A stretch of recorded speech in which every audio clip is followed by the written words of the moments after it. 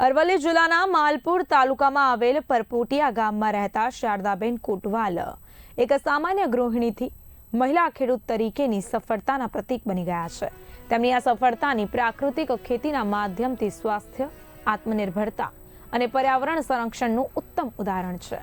શારદાબેનની ખેતીની યાત્રા વર્ષ 2020થી શરૂ થઈ। તે પહેલા પરંપરાગત ખેતીમાં રાસાયણિક ખાતર અને જંતુનાશકોનો ઉપયોગ થતો હતો, જેનાથી ખર્ચ વધુ થતો અને જમીનની ફળદ્રુપતા ઘટતી જતી હતી।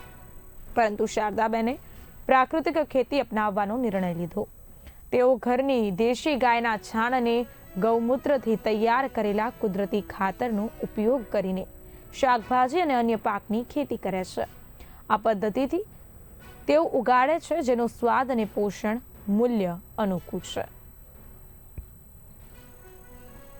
નમસ્તે, મારું નામ કોટવાલ શારદાબેન અર્જનભાઈ।